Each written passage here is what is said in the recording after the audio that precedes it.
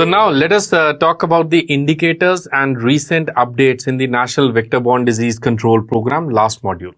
We will talk about couple of indicators like annual parasite incidence, annual blood examination rate, slide positivity rate, infant parasite rate, child spleen rate. So what are all these? API, that is the annual parasite incidence, ABER, that is the annual blood examination rate, SPR will be given by the slide positivity rate, IPR will be the infant parasite rate, and CSR will be the child spleen rate. What is the formula for annual parasite incidence? Annual parasite incidence will be given by the total number of confirmed cases. How will you have confirmation of the cases? In case they are slide positive or in case they are rapid diagnostic kit positive. In which areas it is rapid diagnostic kit positive? Of course, everyone should know, only in the northeastern states. Total number of confirmed cases divided by the total population under survey. Total population under survey multiplied by what? Multiplied by 1000. So which are the confirmed cases? The confirmed cases are those which are slide positive or they are rapid diagnostic kit positive in the areas which are approved for using these investigations. So this is the formula for API. What is the formula for annual blood examination rate? It is given by the formula total number of slides examined.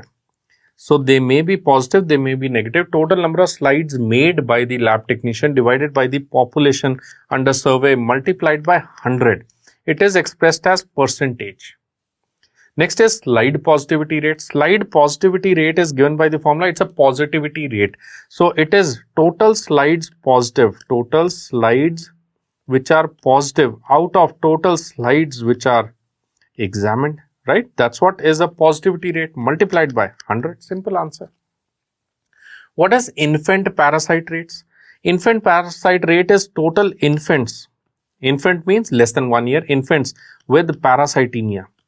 With parasitemia divided by the total infants in the area. Total infants in area, that will be called as infant parasite rate. You can make any innovative indicator right now. You can have infant falciparum parasite rate, infant vivax parasite rate, slide falciparum positivity rate, slide vivax positivity rate. You can talk about anything in case we subdivide it into species. But under national program, these are the broad 5-6 indicators that we are using. Infant parasite rate is in percentage. It is multiplied by 100. It is the percentage of infants which are showing parasites in their blood. And what is child spleen rate? It is total number of children with hypersplenism. So total number of children with hyperspleen divided by the total children in the area. Total children in the area multiplied by 100. That is the child spleen rate. MCQ over here is, who is a child in a child spleen rate? Is it age less than 1 year? Age less than 5 years? Age less than 10 years, 18 years? What do you want to say? Please remember that the child spleen rate is age 2 to 10 years. So number of 2 to 10 year children who are showing spleen in their, having larger spleen, that is what is a child spleen rate. So out of all these indicators, these are the indicators which are the above 1, 2, 3 and 4 indicators which are called as the post-eradication or the eradication era indicators. And child spleen rate, it's an old indicator. What happens with child spleen rate is, it is going to tell you the trend of disease. That how the disease is happening in the area or what is happening. Whereas all other indicators, as you can see the formula, all other indicators, they are technical formulas. They will give you some of the incidents or some things or others for the indicators. Let us have a word about all these indicators back again. If you talk about the API, that is the number of confirmed cases divided by population under survey multiplied by 1000, how much should be the target? The target should be less than 1 per 1000. So you want less cases, less number of confirmed cases. Let us say you are the program director and I am a simple doctor working at a PHC. I say that, sir, madam, in my area the API is less than 0.6. Would you be very happy with me? Maybe or may not be. Why? Because what if This whole program now, if you have understood when we talked about the strategies, active case detection, passive case detection is all dependent on how good my malaria worker is doing work in the field.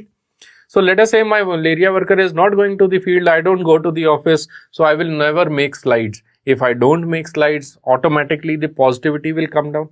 So if positivity will come down, automatically my malaria API will be less than 0.6.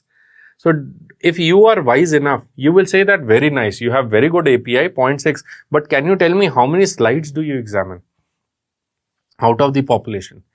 At current level, we say that more than 10% of the population should always be swapped by this program.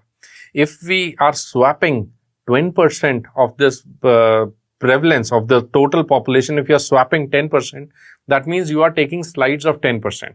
If you are able to take 10% slides, that means you are able to do the malaria or the fever surveillance. You remember what was the strategy of the program? That was fever surveillance. Mind you, that is the reason we say it should be more than 10%, because we know that 10% of the population might always suffer with fever. So it is said that more than 10% slides should be made, which will give you a less than 1 per 1,000 API. Very important for your MCQ exam, and very frequently students just topple it off. They just think that it's opposite or both of them are less than 1 or less than 10. That's wrong. Next is, what is the utility of the slide positivity rate? Number of slides positive by slides examined. Don't you think that the number of positive by the examined, when will it be higher? Let us say it's Jan Feb right now, and you are my director. You come to me and tell me that tell me how's malaria program going. I say that malaria program is doing fine. I get 5-10 slides total in a day, maybe 300 slides, 200 slides. I'm checking in 1 month. Out of them, 20 are positive. So that's fine. Less than 10% slide positivity rate is fine. But let us say you come to me in April, May, June, July. That time you say, how's the program going? I say that, please, I'm going to leave this program. Why? Because every day I'm getting 100 slides. I'm making 3,000 slides in a month. Out of those 3,000, 1,000 people are malaria. That means what? Now your slide positivity rate has gone up. That means what? Either you are experiencing early phase in the epidemic, or the epidemic is about to come. This is a very good warning signal for impending outbreak, or it is an outbreak indicator. It is an outbreak indicator. Are you getting it? So that's interesting to know that the API ABR. What is the role of API and ABR? Which of the following, like anyone, I'll give you an open question: A, B, C, D, and E. Can you tell me which of the following is an impact indicator? Or which of the following is the most important epidemiological indicator? I think you got it right. The epidemiological indicator that is what the program is supposed to do. You are supposed to decrease malaria. That is what you should do. So which of the following is an impact indicator? Impact indicator, or the epidemiological indicator, or the most essential or the important indicator, or the main indicator for tool for action? That is API. Tool for action. Why do I say tool for action? Tool for action. You remember in the previous module, we had discussed categorization of the states. API less than 1, district less than 1, more than 1. What is happening where? Everything is API, API, API. It is one of the indicator which is going to tell you how much money to spend in what area. It is a tool for action. It is important indicator, epidemiological indicator, impact indicator, API. Which of the following? A, B, C, D, E. E also, right? Which of the following is an operational indicator? Can you tell me now? Operational indicator is going to tell you how good you guys are working in the field. So how good we all are working in the field will be assessed by how much slides we can make. So what is slide ABER? That is the slide examination rate. This is an operational efficacy. It tells you about the operational efficacy. SBR we already discussed just now. It is an outbreak indicator. What is the utility of IPR and CSR? IPR is a very recent, very sensitive indicator for recent transmission. Why? Because we are talking of the infants only. You're talking of the infants all the time. It is a sensitive indicator for recent malaria transmission in a community. So primarily, IPR is a very good indicator for new malaria areas, or areas where new malaria has come up. It is also an indicator where you can assess the National Vector-Borne Program, but for National Vector-Borne Program, things have changed right now. that more so we are using API and ABR. But please remember, for your MCQ exam, sensitive indicator for recent malaria transmission in a community or in an area. What is the use of this child spleen rate? Child spleen rate is usually used for global surveys. Many countries do not have robust indicators. So in those areas, you need child spleen rate. Child spleen rate will tell you trend of disease over couple of years, over decades, because long time back, we did not have API, so robust indicator. ABER, SPR, IPR, they were not existent. So you want to assess 2010, the status of a country in 2010 or 20 compared to 1950. How are you going to do that? You need to use these pre-eradication era indicators, that is the child spleen rates, or we can also use the infant parasite rates and so on. But more so, please remember, child spleen rate will tell you about the trend of disease. It's more important from a global surveys perspective. So now we come to the last phase of this module. We are going to talk about the most important thing, that is the recent updates. Recent updates in the program. So there are a couple of recent updates which we had discussed last time also. There are no recent updates in 2020 as such for malaria, but there have been for a couple of other diseases. The recent update is only updated in 2017-18 for this program. First thing that you need to do is the global, that is the global technical strategy for elimination of malaria,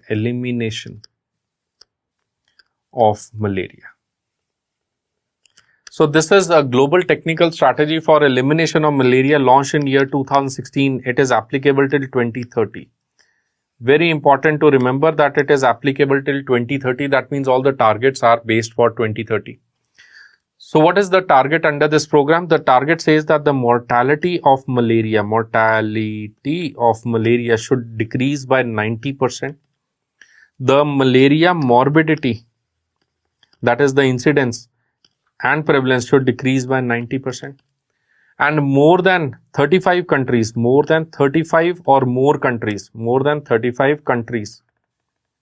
should achieve malaria elimination level. And all the countries who have eliminated, they should stay eliminated. That means there should be 100% prevention of re-establishment of malaria. This last line, many of the students would obviously underestimate. You will obviously underestimate. I also used to do it during my UG days. Prevention of re-establishment. But I'm telling you that we have already burnt hands in malaria. And once we have seen malaria go up, then we saw it come down. Then again we saw it go up. We do not want, and today we are again down. We don't want to see it go up, back up.